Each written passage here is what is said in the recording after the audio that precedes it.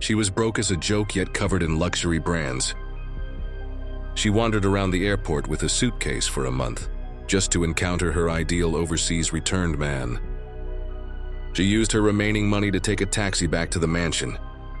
However, Sarah wasn't happy at all. This constantly reminded her of her identity as a maid's daughter because of the lady's passing. The young master now refuses to eat, every day crying for his mother to come back and feed him helplessly. Anna had to call Sarah when everyone else failed with him. Sarah got him to eat obediently in no time. The next day, she prepared to leave. Sarah was tired of being treated like a free maid.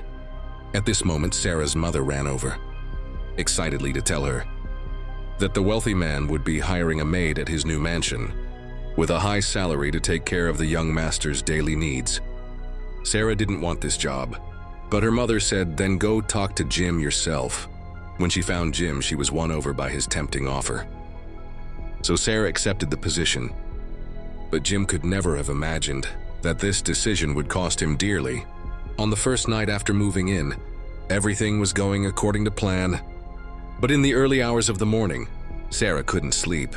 She looked at the luxurious living room and the expensive furniture inside. Suddenly, a terrible thought popped into her mind. To prevent the young master from catching cold, Sarah hugged him as they fell asleep unexpectedly. This scene was witnessed by the wealthy man. Upon his return, the wealthy man blinked twice in disbelief. Such a heartwarming scene deeply touched his heart. He became even more convinced that the money he spent was well worth it. He tiptoed forward, quietly stroked his son's hair. But just as he was about to carry his son to bed, Sarah, who seemed sound asleep a second ago, suddenly woke up in the moment their eyes met.